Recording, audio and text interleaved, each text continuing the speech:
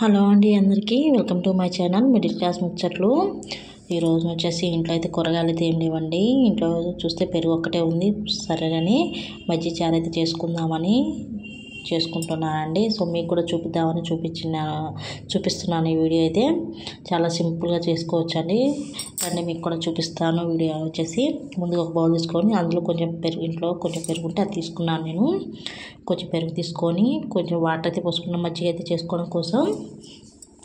తర్వాత విస్కర్ తీసుకొని విస్కర్తో పెరుగు మొత్తం ఇలా చిలుక్కుంటున్నానండి. మజ్జిగ చిలుక్కున్నట్టు మా పాతకాలం అయితే కవ్వంతా చిలుకుతారు కదండి ఇంట్లో. అలా కాకుండా ఇక్కడ మనం విస్కర్లే కదండి ఉంటాయి. విస్కర్ తీసుకొని పెరుగునైతే మొత్తం ఇలా ఒకరు లేకుండా క్రీమ్ స్ట్రక్చర్ వచ్చేంత వరకు మొత్తం పెరుగునైతే మిక్స్ చేసుకున్నాను.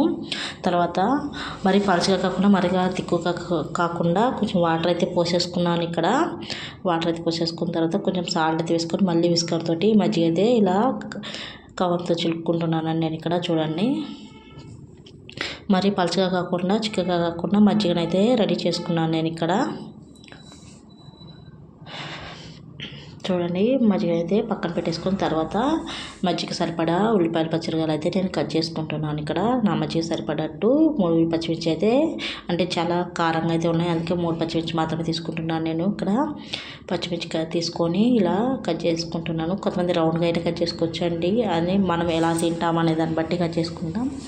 నేను ఇక్కడ పచ్చిమిర్చి ఉల్లిపాయ అయితే కట్ చేస్తున్నాను. ఒక మీడియం సైజ్ ఉల్లిపాయ అయితే తీసుకున్నాను నేను. ఇంట్లో ఏం లేనప్పుడు ఇలా మజ్జిగ చారు చేసుకుంటే చాలా టేస్టీగా ఉంటుందండి. అంటే సింపుల్గా కూడా అయిపోతుంది. తర్వాత స్టవ్ మీద ప్యాన్ అయితే పెట్టేసుకొని 2 టేబుల్ స్పూన్ల ఆయిల్ అయితే వేసేసుకొని పోపు అయితే వేస్తున్నానండి. తాలింపు గింజలు అన్నీ, ఆవాలు, మినపప్పు, శనగపప్పు, జీలకర్ర, కొత్తిమీర అన్నీ అయితే వేసేస్తున్నాను నేను ఇక్కడ. తాలింపు అయితే వేసేసుకుంటున్నాను. ఇంట్లో ఏమి లేనప్పుడు ఇలా ట్రై చేసామనుకోండి, కొత్త టేస్ట్ అయితే మనకు ఉంటుంది.